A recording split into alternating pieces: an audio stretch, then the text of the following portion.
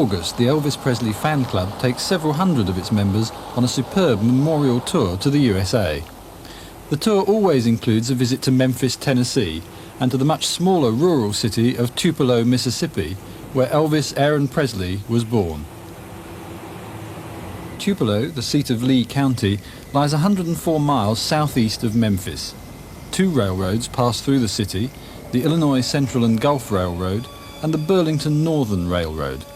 The once poor region is today a thriving community with prospering industry, but the people still retain their southern hospitality and visitors are assured of a warm welcome. So come aboard for this special Elvis tour.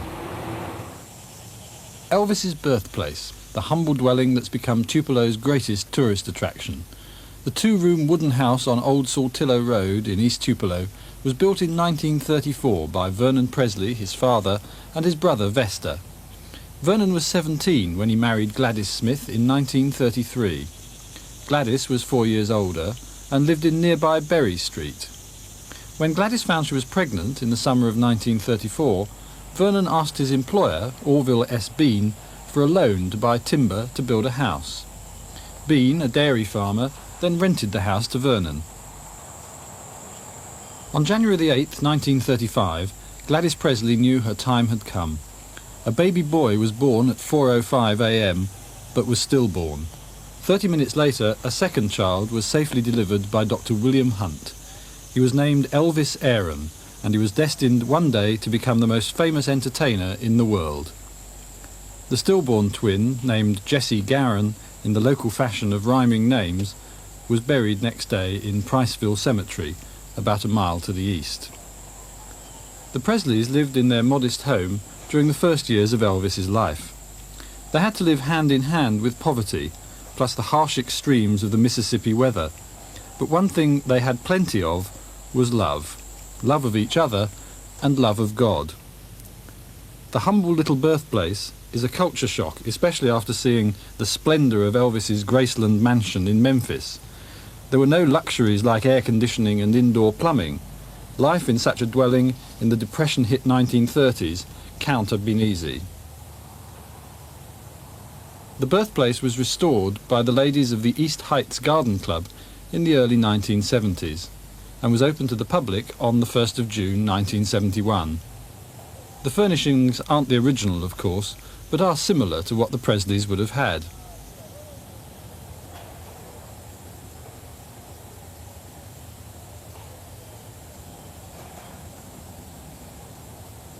After Elvis died, his birthplace was designated as a Mississippi State Historic Monument. Extensive landscaping of the surrounding area was carried out. The old Saltillo Road became Elvis Presley Drive, and the area around the birthplace is now known as Presley Heights. Fans come from all over the world to visit the tiny house where the king of rock and roll was born. The people of Tupelo are true purveyors of southern hospitality, and that goes for the friendly motorcycle policemen too. They provide a royal escort for the coachloads of British fans who arrive each August, and with the chief of police leading the way, they escort the convoy from the outskirts of the city, around the places associated with Elvis, and to the birthplace. They seem to enjoy themselves as much as the fans. The Brits, plus a fair number of fans from many European countries, have been coming to Tupelo since 1972. The official Elvis Presley Fan Club of Great Britain made their first visit to Tupelo in late August 1972, during their first visit to the USA. They saw Elvis's birthplace, his palatial Memphis home, and finally the king himself in Las Vegas. The welcome from the Tupeloans, like the weather, was very warm. The club's made annual visits ever since, the visits nowadays being part of their memorial tours to the USA, and there's always a genuine, friendly welcome, along with a moving memorial service, for the folks in Tupelo are proud that Elvis's roots are in their fine city. There's a nominal charge of $1 to go through the birthplace, and the money helps with the upkeep of the house. After Elvis became famous, he gave benefit concerts to raise funds to build a youth centre for underprivileged children in the area surrounding the birthplace, to be known as Elvis Presley Park. It was a project close to his heart, and he visited the park in the early 1960s.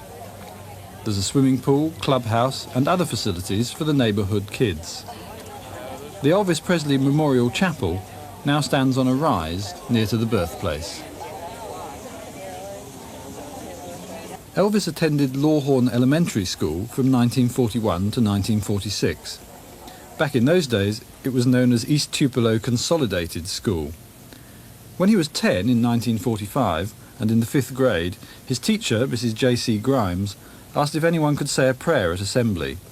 It was in this very auditorium, which probably hasn't changed very much since Elvis's day, that a day or two later young Elvis came forward and sweetly sang Old Shep, such a sad song about a boy and his dog that it made Mrs. Grimes cry. She told the principal, Mr. J.D. Cole, and he decided to enter Elvis into the talent contest at the forthcoming Mississippi-Alabama State Fair and Dairy Show in Tupelo. After he became famous, Elvis paid at least one visit back to his old school and his old teacher. In September 1946, Elvis started in the 6th grade at Milam Junior High School. His family had moved from East Tupelo into the area of Tupelo known as Shake Rag. It was around this time that he got his first guitar. He used to take it to school with him and play for anyone who'd listen. One time he sang with a band at a school dance. In 1948, the Presleys made plans to move to Memphis, Tennessee. On his last day at school, his teacher let Elvis sing Leaf on a Tree before saying goodbye to his classmates. This is the marker placed close to Elvis's birthplace by the Mississippi State Historical Commission. It was unveiled on the 8th of January 1978. It's a favourite place for fans to have their photograph taken. You'll recognise the handsome features of Rick Nelson. He visited the birthplace during the British Club's stay in Tupelo in August 1984 and mingled with the fans. Rick, or Ricky as he was known back then, had many hits in the late 50s and early 60s. Great songs like Hello Mary Lou, Believe What You Say, My Bucket's Got a Hole in It, and It's Late. Playing a mean guitar on all of these rock classics was the legendary James Burton, who of course joined Elvis's band in 1969.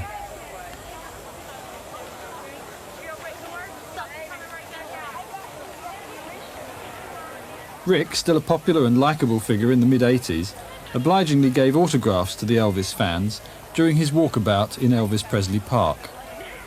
Elvis and Rick knew and respected each other back in the early days, and Elvis paid Nelson the compliment of including one of his rock standards, My Babe, in his concerts when he began performing again in Las Vegas in 1969.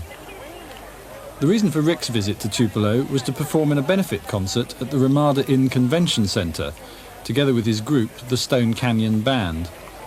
You may recall their 1970s hit, Garden Party. Sadly, this great talent was lost to the entertainment world less than 18 months later.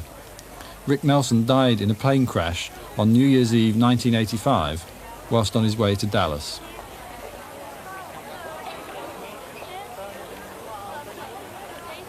This is the familiar face of Joan Deary, a regular visitor to Tupelo. She still continues to visit, although no longer working for RCA. Another visitor to Tupelo in August 1984 needs no introduction. Friday the 10th of August was proclaimed as Colonel Tom Parker Day. Mrs. Janelle McComb, one of Tupelo's best-known citizens, seen here with the Colonel, knew him back before he ever became Elvis's manager. Ms. McComb knew the Presley family well, too, and was the force behind Tupelo's Elvis Presley Chapel of Inspiration. During the banquet at the Hilton on the 10th of August, Elvis Presley travel service boss David Wade, in Todd Slaughter's absence, made a presentation to the Colonel of a fine English crystal decanter and put on record the British Club's appreciation of all he'd done in promoting Elvis. Colonel Parker, plus his minders, met the fans and gave autographs at a walkabout in Elvis Presley Park during the weekend following the banquet.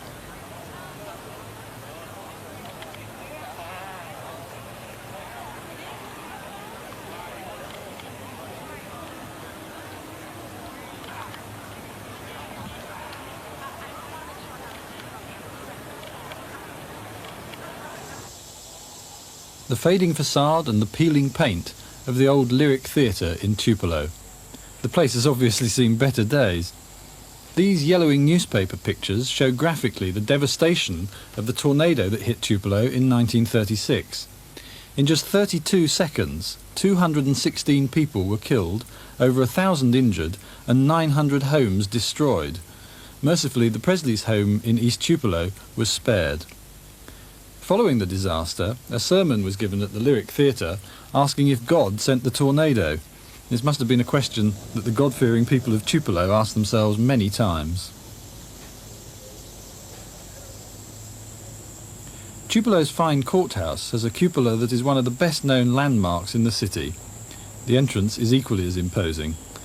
The story goes that while Elvis was attending Milam Junior High School, he'd go and sit under the shady magnolia trees at the courthouse and play his guitar and sing.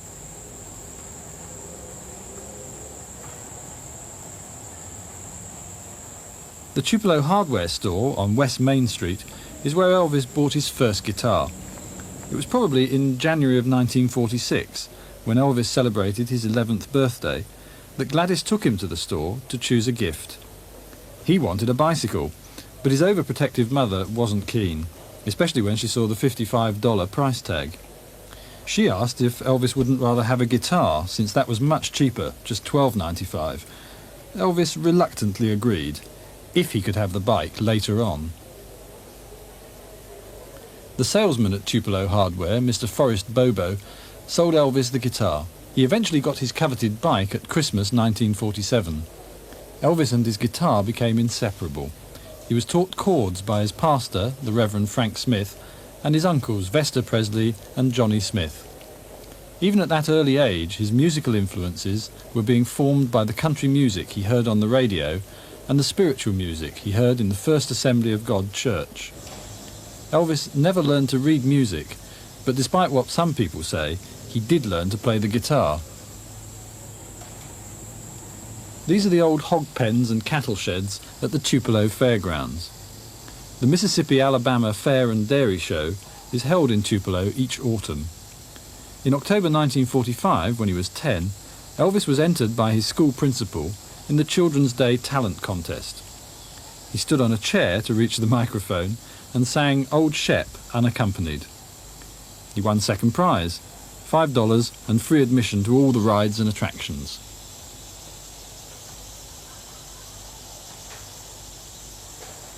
After he became famous, Elvis returned to Tupelo to give several benefit performances at the fairgrounds. The return of their local hero was a big occasion for tiny Tupelo. Excitement had been growing for weeks. 26th of September 1956 was declared Elvis Presley Day, with a street parade preceding two blockbuster concerts on a stage erected in front of these grandstands. Fans came from far and near to watch Elvis, wearing a blue velvet shirt and white buck shoes, deliver songs like Don't Be Cruel, Heartbreak Hotel, Love Me Tender and Hound Dog, in the style that had recently earned him the title King of Rock and Roll. Elvis donated his $10,000 fee to the Elvis Presley Youth Center project in Tupelo. He was given the key to the city by the governor of Mississippi. Plenty of film footage of the afternoon show exists, and in 1984 RCA released the concerts on Elvis, A Golden Celebration. Imagine these stands being filled with screaming, swooning teenagers and Elvis grinning, rocking and shaking a leg. The King returned to the fairgrounds a year later, on the 27th of September 1957, creating more hysteria. The 11th of August 1987, and the 1,100 or so fans on the 10th anniversary memorial tour gathered for a Class of '87 group photo at the fairgrounds. You see, I don't understand y'all any better than y'all understand me. Fans from all over the UK and most European countries sat on the hard, hot wooden bleachers of one of the grandstands. Our revered leader, Mr. Todd Slaughter, was dressed appropriately for the occasion in a headmaster's cap and gown, to the amusement of all. It took quite a while to get everyone seated and ready, and by the time the photos were eventually taken by two men on a towering crane, everyone was melting in temperatures of around 100 degrees. and praying for a cloud to obscure the sun. With the strong midday sun burning the pale skin of the fans, who'd only arrived in Tupelo from London 2 nights before, and the high humidity causing clothing to stick to bodies, everybody was glad to escape to the air-conditioned coolness of the Tupelo Mall, or to visit the Elvis-themed McDonald's and relax and sip a long, cold drink.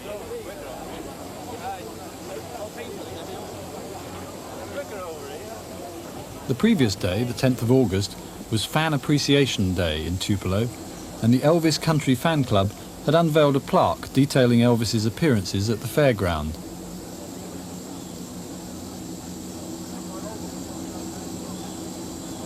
The intense heat caused problems.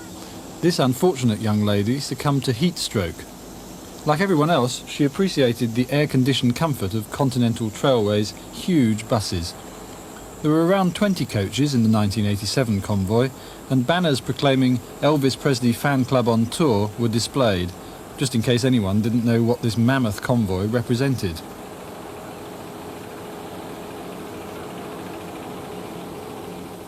A sign denoting Elvis Presley Grandstand was also unveiled on the 10th of August 1987.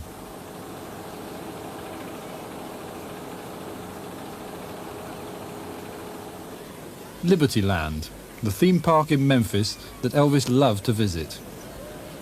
And this is the Zippin' Pippin, the white-knuckle roller coaster that was one of Elvis's favourite rides. He loved the fairgrounds and many times rented them from midnight until dawn in the 1960s and 70s at a cost of $17,000. He'd invite family and friends, plus any fans who happened to be around, to go along too. Originally called the Mid-South Fairgrounds, the name was changed to Liberty Land in 1976 to coincide with the American bicentennial. Once he got on the Zippin' Pippin, Elvis was loath to get off, as many fans, and their stomachs, found to their cost. He'd ride non-stop on the giant roller coaster up to 20 times in a row, either in the front or rear car, and he liked to stand up as the ride rose and dipped. It was undoubtedly a foolhardy thing to do, and nail-biting for any spectators. But that was Elvis, living up to his nickname, Crazy. His other favourite ride was the fender bender bumper cars. Again, he'd ride for hours on end, bumping off all opposition with a great big grin on his face.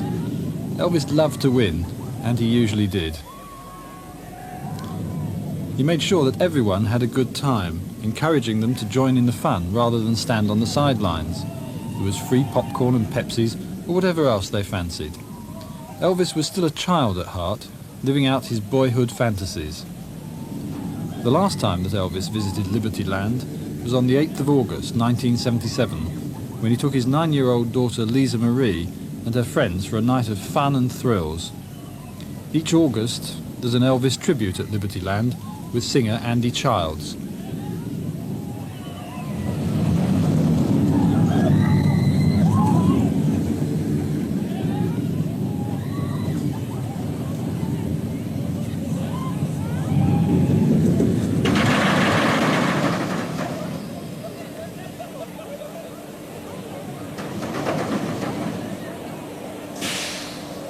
Elvis appeared in his first big show, a country jamboree headlined by Slim Whitman, at Memphis's Overton Park Shell Auditorium on the 30th of July 1954. He was billed as Ellis Presley, and he was so nervous that his legs were shaking. The start of the famous Presley gyrations, perhaps.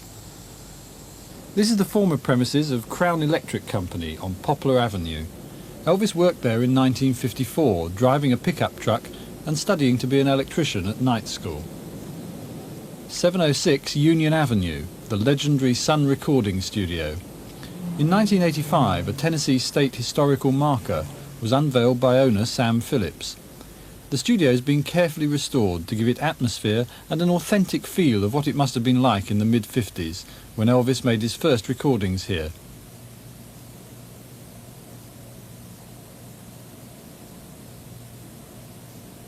Today, Graceland operates tours of the studio. At the control panel in Sun's sound booth is Sam Phillips, the foresighted genius who signed Elvis. This picture dates from around the time he first recorded Elvis.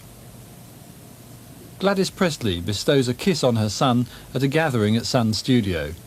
The photo shows Bob Neal, Elvis's manager at the time, an RCA attorney, Vernon Presley, Elvis, Gladys and Colonel Tom Parker. Sam Phillips, the RCA attorney, and Elvis pose here. Elvis first visited Sun's subsidiary, the Memphis Recording Service, in the summer of 1953 to make a private recording of My Happiness. A year later, Sam Phillips contacted him, put him in touch with guitarist Scotty Moore and bassist Bill Black, and the result of their first recording session was That's All Right Mama and Blue Moon of Kentucky, a totally original sound. 4 more singles followed, plus other tracks that weren't released until after Elvis signed with RCA in November 1955. All this heavy equipment looks so antiquated now, especially this outsized old microphone, but what a brilliant pure sound Sam achieved. The Elvis tracks still sound as fresh today as when they were cut some 35 years ago. Elvis revisited Sun in December 1956, when the famous $1 Million Quartet session took place, with other Sun artists Carl Perkins, Johnny Cash and Jerry Lee Lewis joining Elvis to sing mostly gospel songs.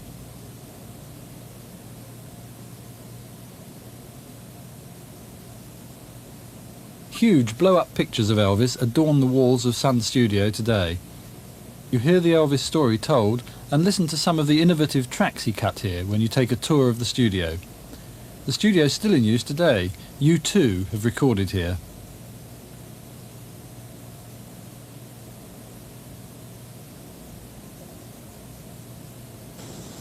What a depressing sight, but one all too familiar in the USA. These old automobiles lie rusting in the yard adjoining American Sound Studio. It's hard to believe that in 1969 Elvis cut brilliant tracks like Suspicious Minds and In the Ghetto in this dilapidated place. The studio, demolished in July '89, was in an unsafe, run-down area of Memphis.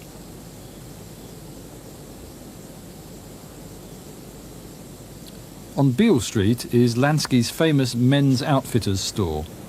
Clothiers to the King, they call themselves. The sign mentions the rare photos of Elvis that are displayed in the store. Lansky's famous Memphis mural.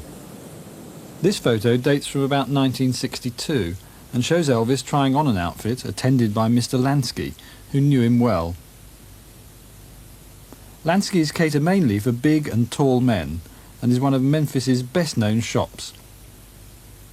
As a teenager, Elvis used to window shop here, and after he became famous, he bought many of his colourful clothes from Lansky's, becoming their best-known customer.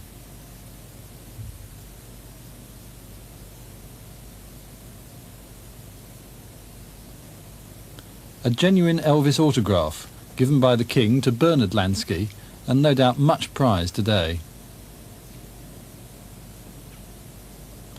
In an area north of downtown Memphis, at 185 Winchester Street, are the Lauderdale Courts, a low-income public assistance housing project.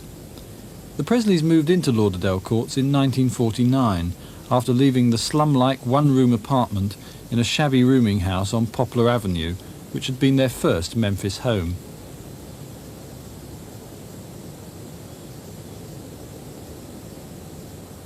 '50s Elvis outside Lauderdale Courts in his ROTC uniform. Nowadays, this part of Memphis is a poverty-stricken black area, and it's not a safe place to venture on your own. Many taxi drivers won't even go into the area. The fan club's coach tour is probably the best way to get a glimpse of Lauderdale Courts.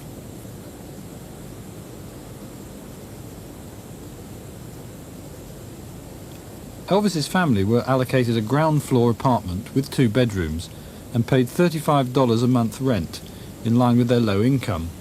Elvis's grandmother, Minnie Mae Presley, came from Tupelo to live with them. Elvis lived at Lauderdale Courts during the greater part of his school days in Memphis. Humes High School is not too far away from here. Although it was undoubtedly a step up from their previous squalid apartment, life at the Courts was no bowl of cherries. The apartments, built by the federal government in the mid-1930s, were best described as adequate, with few home comforts. Little spare cash was available to buy the things that make a house into a home. Ceiling fans provided some relief from the intense summer heat and humidity. The plumbing was pretty basic.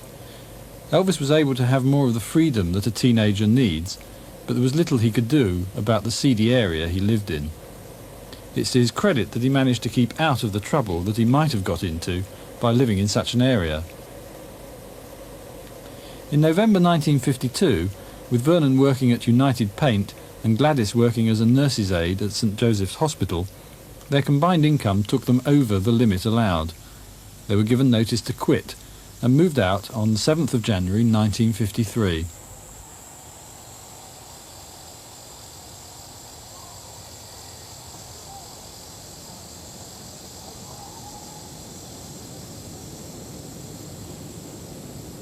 The Playhouse may be a name unfamiliar to Elvis fans, but this theatre used to be known as the Memphian. It was one of the cinemas that Elvis used to rent out for his midnight movie shows. He'd invite fans and friends and show both first-run Hollywood features and his old favourite films. The fans who attended the midnight movies in the 1960s and 1970s said that Elvis used to enjoy himself immensely. Sometimes he'd answer back the actors on screen.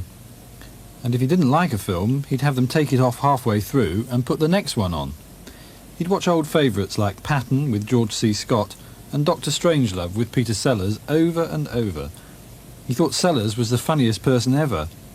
He rarely showed his own films. There'd be popcorn, candy and soft drinks available.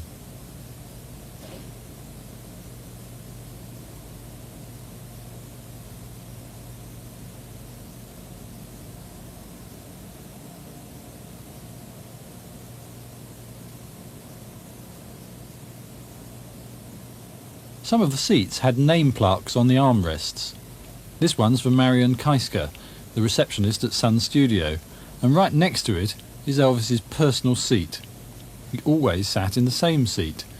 Everyone else had to sit behind him, otherwise they'd be turning round to look at him all the time.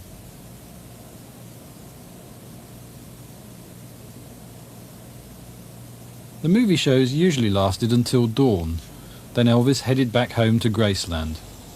He used this side exit, down in the alley, when he left the theatre.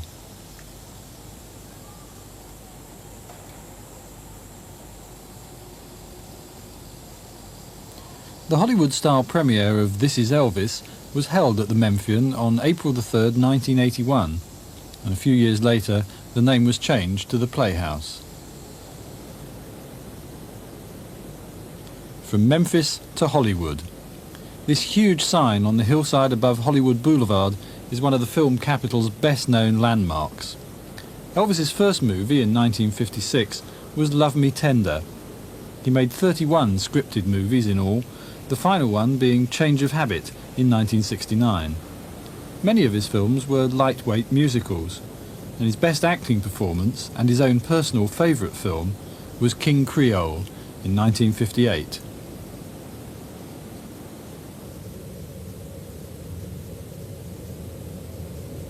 This is Bel Air, a select area in the Hollywood Hills with numerous luxurious and elegant homes of movie stars and other rich and famous people. Bellagio Road is a long and winding road just north of the Sunset Strip and close to the exclusive Bel Air Country Club. Elvis rented a large Mediterranean-style house at 1059 Bellagio Road around the beginning of 1962, whilst he was still in Hollywood finishing work on Kid Galahad. The house had a red-tiled roof, curved white walls, balconies, shutters at the windows, and was up a long driveway. It was shielded from the roadway, and the ever-present fans, by hedges and thick shrubbery. Another star who has a home in this area is Tom Jones, whose house is in the background on the left.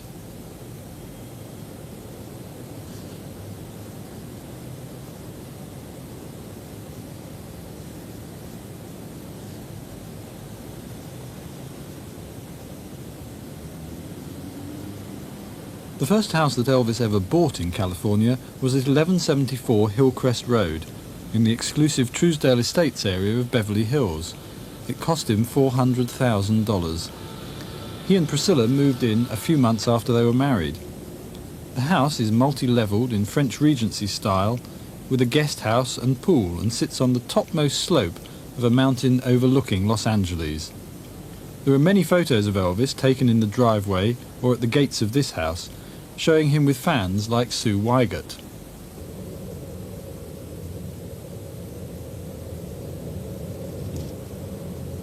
These are more of the lovely homes along Bellagio Road.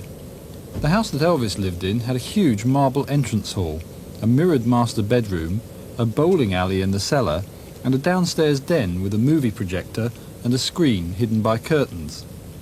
Elvis's pet chimpanzee, Scatter, once swung on the curtains and went right through the screen. Elvis only lived at the Bellagio Road address for 6 months. He thought that it was too much like a mausoleum, and he kept getting lost in it.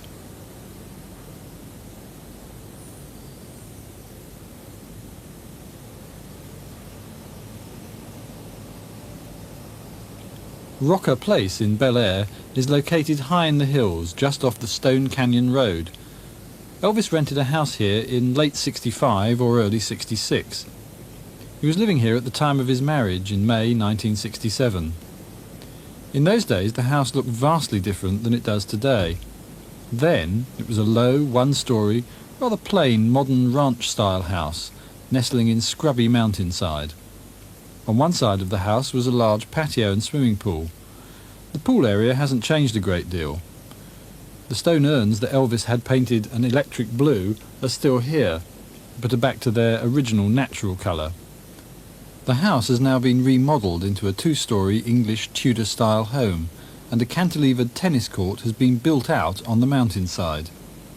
The shrubbery round the house has grown extensively, and ivy covers the fence that fans once used to hang over. In fact, lack of privacy was the reason Elvis moved. There was a mountain road up above the house, where fans and others would gather with binoculars and telephoto lenses, and Elvis couldn't use the pool or patio. And naturally, after he and Priscilla were married, they needed even more privacy.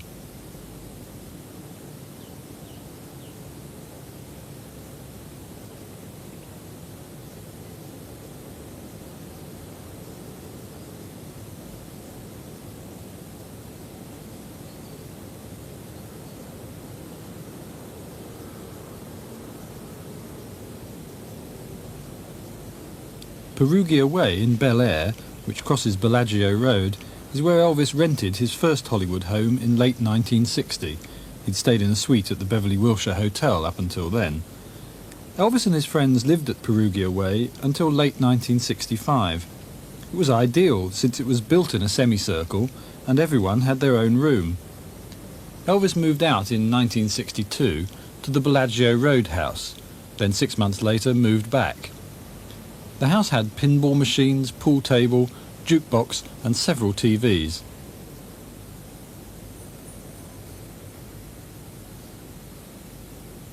The back of the house and the pool area overlook the golf course at the Bel Air Country Club. There are stories of Elvis and his friends buying BB guns, throwing flashbulbs into the pool and shooting at them. And one time Elvis rode his Harley Davidson into the living room.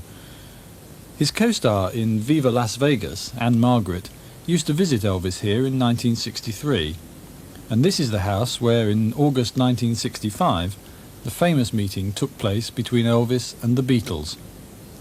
Elvis often let his fans visit and share in the evening's fun, which usually amounted to watching television, shooting pool, listening to records, or just chatting. There were always soft drinks, pizzas, and hamburgers available.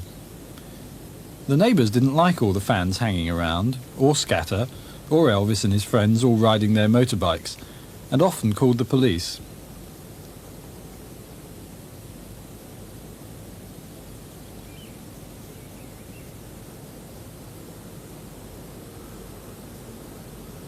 A feature of the house is the atrium, or garden, in the centre.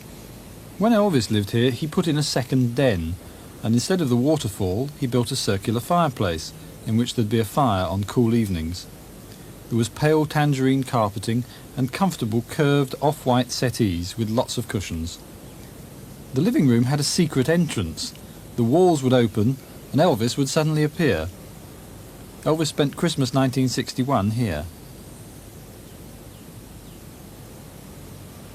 This rare film of the Perugia Way house has a special significance. In 1988, the house was demolished to make way for a huge mansion.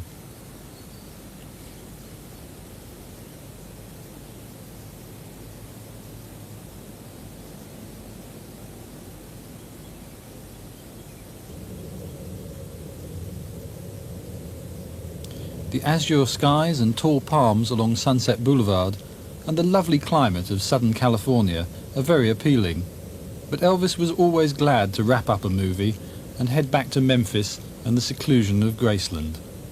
He wasn't part of the Hollywood crowd and didn't like the parties and premieres that are so much a part of Tinseltown.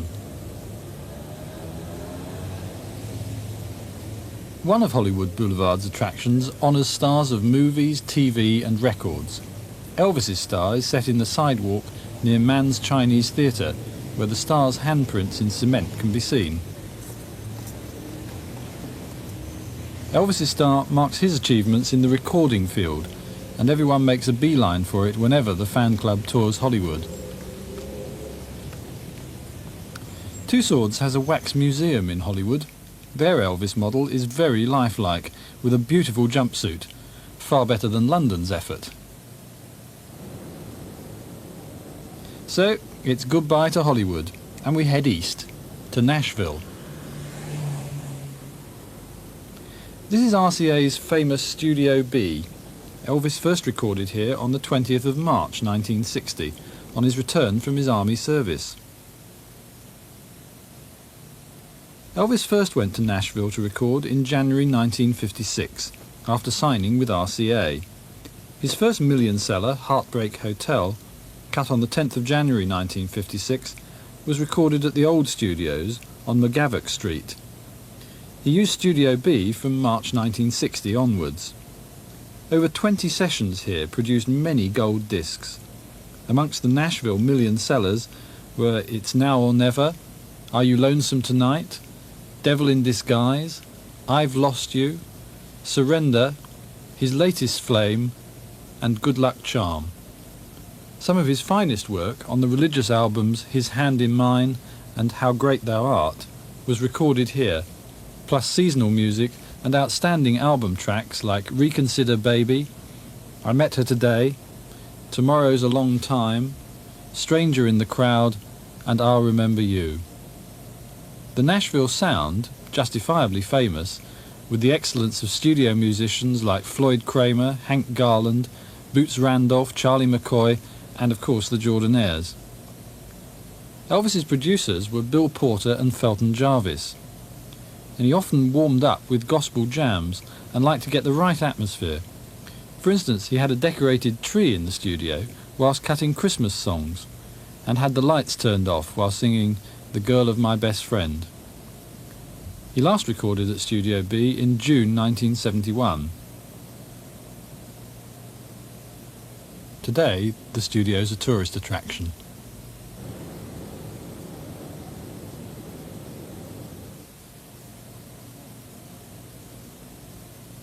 These gold-plated discs are part of the customised interior decor of a unique vehicle, Elvis's gold Cadillac limousine, on display at Nashville's Country Music Hall of Fame.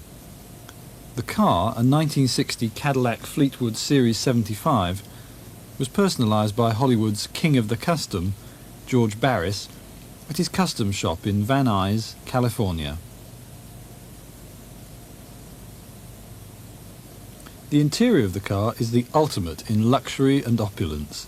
The gold-plated fittings include a refrigerator, a shoe buffer, an entertainment console with RCA record player and swivel TV, a tape deck, a vanity case with gold electric razor and hair clipper, and a dual gold flake telephone set into the rear seat armrest. Gold lame curtains cover the windows and the rear seats designed for comfort. A guitar-shaped plaque carries Elvis's engraved signature.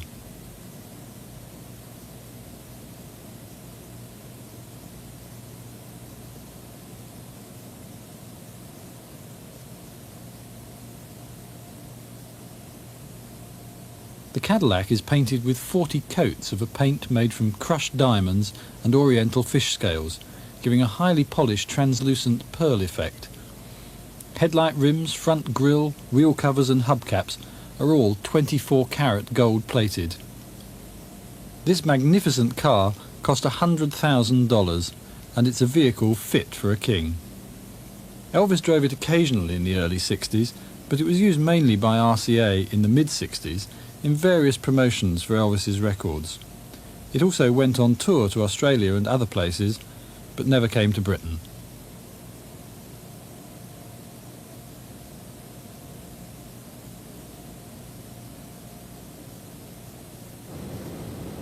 Memphis's beautiful Hernando de Soto Bridge was built in the early 70s.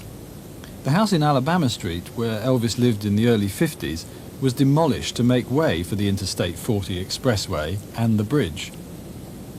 An aerial view of downtown Memphis's skyline and Main Street, which is now the pedestrianised Mid-America Mall. We're back in Beale Street at Elvis Presley Plaza, a memorial park opposite Lansky's. Memphis's impressive Elvis statue stands in the centre of the plaza. It was sculpted by Eric Parks of Philadelphia and modelled on the head of a Greek statue. Commissioned by the Memphis Development Foundation, the 9.5-foot tall bronze statue was unveiled on the 14th of August 1980 by the Mayor of Memphis, Wyeth Chandler. The unveiling was filmed for the David Frost documentary, Elvis, He Touched Their Lives. The statue is acknowledged by many to be the finest of several Elvis statues around the world.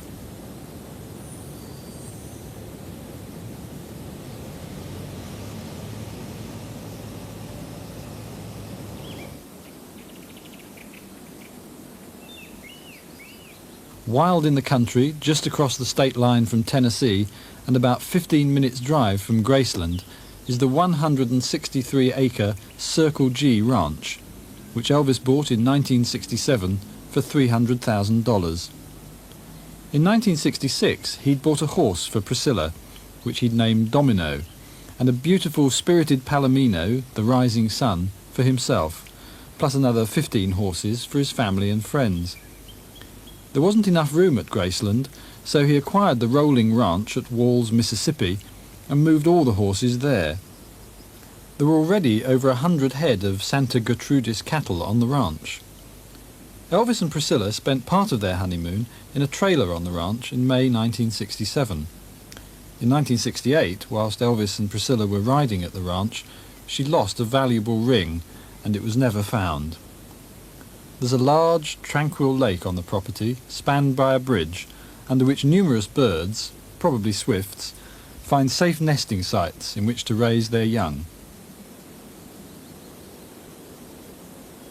An imposing feature on the property is the tall white cross close by the lake, which looks impressive when illuminated at night. Elvis sold the Circle G in 1969 for over $400,000.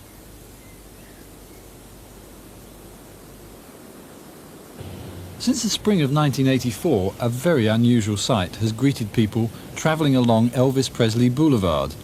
Elvis's huge and beautiful Corvair 88 jet plane, the Lisa Marie, call sign Hound Dog 1, is parked close by the highway almost opposite Graceland. On its tail it proudly bears Elvis's TCB logo. Elvis bought the jet in 1975, had it refurbished, named it for his daughter, and used it for tours until June 1977. The engines have been removed and the plane's a popular attraction amongst the visitors to Graceland, who are allowed to tour through the plane and see its opulent interior.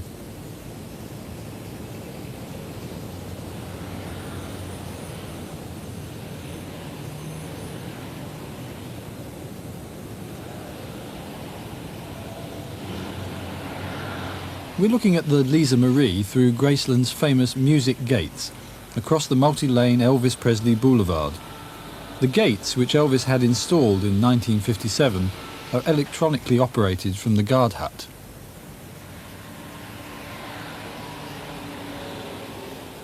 How many fans have travelled to Memphis from all over the world and stood outside Graceland's front wall? The wall isn't 10 feet high, as some books have said. In several places it's low enough to look over and gaze up at the house through the trees or at the pillars around the meditation garden. At the north end of the wall, just inside the gates, is the little guardhouse, once the domain of Elvis's affable Uncle Vesta.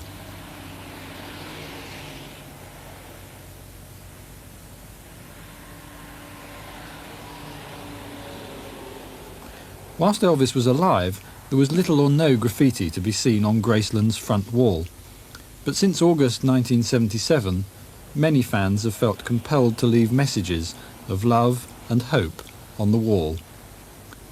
When you walk alongside the long fieldstone wall and read these messages, you'll find that they're written and usually signed and dated by fans from every corner of the world and every state of the USA.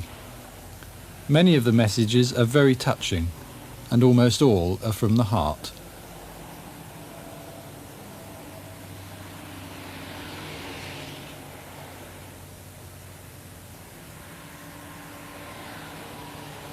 Not every fan writes on the wall, of course. There are many who have some respect for Elvis's property. Outside Graceland's wall, on the evening of the 15th of August every year, thousands of fans gather for a moving candlelight vigil. They light their candles from a torch lit from the eternal flame at Elvis's grave and walk solemnly up to the meditation garden. On their return, many place their candles on top of the front wall. The number of messages on the wall increases greatly each August as many thousands of fans flock into Memphis to pay tribute to the King. Every so often the wall's sandblasted clean, but it doesn't take long for the fans' messages of love to reappear.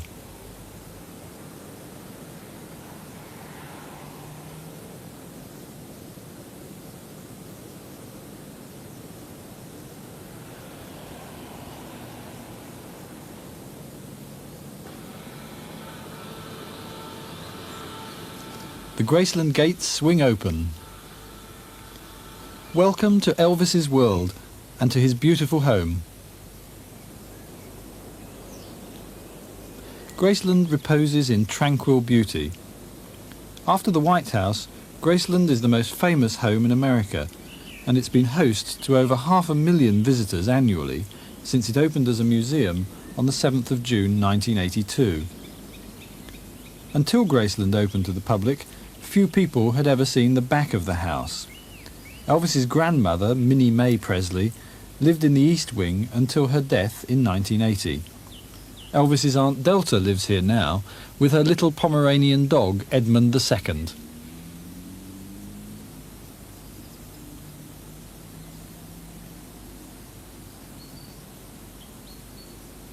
A peaceful view from the paddock. Elvis had 17 horses stabled in Graceland's barn at one time. Now, only one or two of the original animals remain. Elvis's favourite, the much-loved Rising Sun, died in 1986 and lies at rest here in the pasture. In 1988, Graceland acquired a new young Palomino called Sun's Reflection.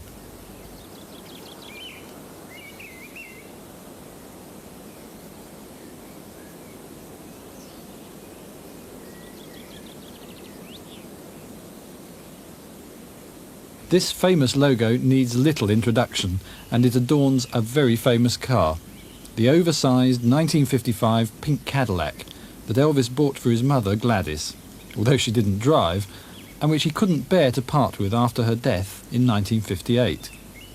It was last driven in April 1981, when it took part in the Hollywood-style premiere of This Is Elvis at the Memphian Theatre. Since June 1982, the pink Cadillac has been a popular attraction at Graceland and now resides in the new car museum. Elvis loved motorcycles. One of the first things he bought after he became famous in 1956 was a powerful Harley Davidson. This special 1976 bicentennial model is possibly the last Harley Davidson he ever bought. It only has 363 miles on the clock. Elvis loved to put on his motorcycle leathers and helmet and ride around the deserted Memphis streets under cover of darkness. Fans often got to meet him and get a photo or autograph when he stopped to fill up at Vickers service station, a little way from Graceland. This Harley-Davidson, along with the pink Cadillac and his other vehicles, was also put on show in a new museum which opened opposite Graceland in the summer of '89.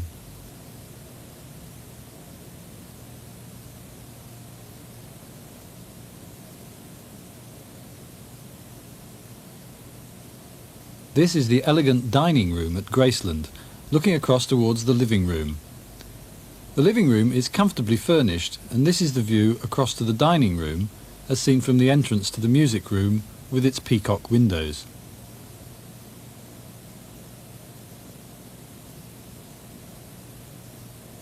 Sometimes there were a dozen people seated at the oval dining room table, with Elvis at its head. The luxurious settee in the living room is 15 feet long and was specially made for Elvis. A portrait of the King in 1957, the year he bought Graceland, hangs in the living room. The decor downstairs at Graceland is very unusual and distinctive. The TV room has a mirrored ceiling and comfortable deep blue settees to relax on. Elvis collected statues of monkeys. The house has several of them. He also liked to watch 3 games of football at the same time. Also in the TV wall is a record player. Elvis had a large collection of albums and singles, and they're still there. Gospel albums are probably amongst these discs, and albums by his favourites like Mario Lanza.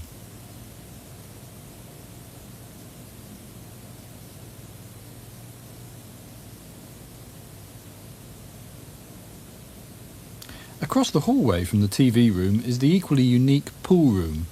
Elvis was a skilled pool player, and he installed this table in 1957. And this tear, the tour guides tell you, was made by one of Elvis's friends. Elvis spent countless hours down in the pool room playing against his friends, and usually winning.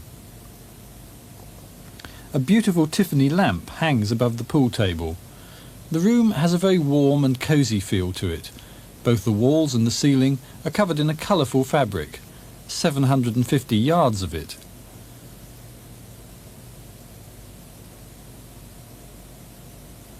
Elvis seems to have been very fond of shells and coral. Maybe he brought them back as souvenirs of his visits to Hawaii.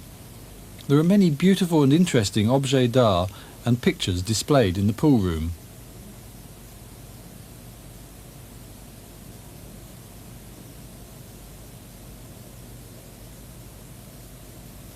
The most unique room of all at Graceland is the Jungle Den. It's most fans' favourite room. Elvis found all of the intricately carved furniture with its animal motif in a Memphis showroom and bought the lot. He thought that it created a Hawaiian effect. This oversized chair was his favourite. He loved the Jungle Room.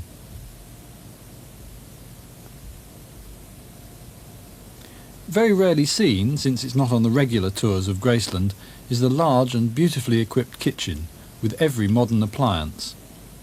There's a staircase that leads directly up to the first floor from the kitchen, and Mary Jenkins, or one of the other cooks, would always be on hand to serve up anything that Elvis fancied.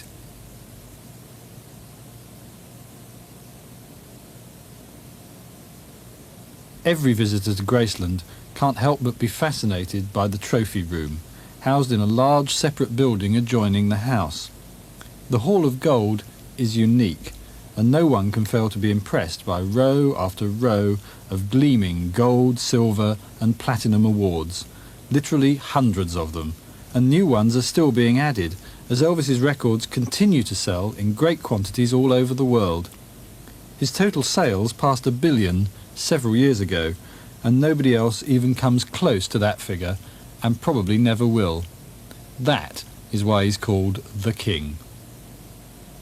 Even the most cynical tourist, the sort of person who'll readily criticise Elvis's taste in decor inside the Graceland mansion, can only gaze in awe at this display. It says it all. The awards on display are not only from the USA, of course. They're from all over the world. Japan, France, West Germany, Norway, Britain, Canada, Holland, Sweden, Australia. The list goes on.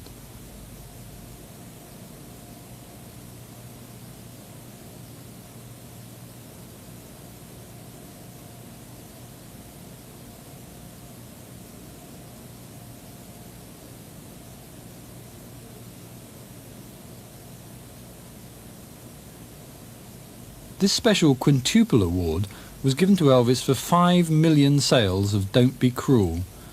The disc was released in 1956 with another classic, Hound Dog, on the other side.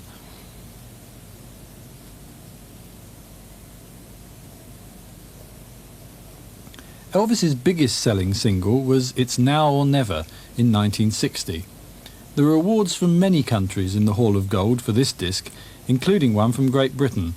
It sold 1 million in 6.5 weeks, topped the charts for 9 weeks, and gave Elvis his first British gold disc. In 1968, Elvis made his television comeback in a memorable special, and the black leather suit he wore still evokes great emotion. Earthy, streetwise, and very, very sexy. On this rack of jumpsuits are the blue Tiffany suit from 1972 and the caped fringed white suit from 1970. This, of course, is the fringed beaded jumpsuit from That's the Way It Is. The Memphis 74 suit, sneakers, slippers, boots, and the blue and white shoes that Elvis wore in the Steve Allen Show in 1956. More fancy boots. This very ornate suit was worn in Las Vegas in August and September 1973, and when Elvis was recorded live at the Mid-South Coliseum on the 20th of March 1974, he wore it. Not surprisingly, it's known as the Memphis 74 suit. It's covered in multicoloured stones and gold studs, and it looked truly sensational on the King.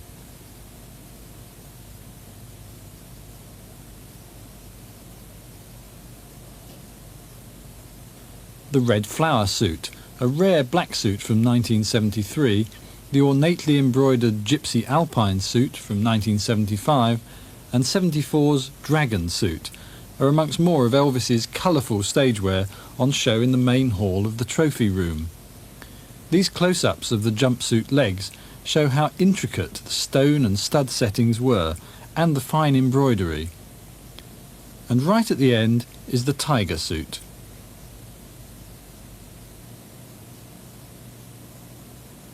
Elvis's pride as an American was displayed to the world in this suit from Aloha from Hawaii, with its red, white and blue eagle motif.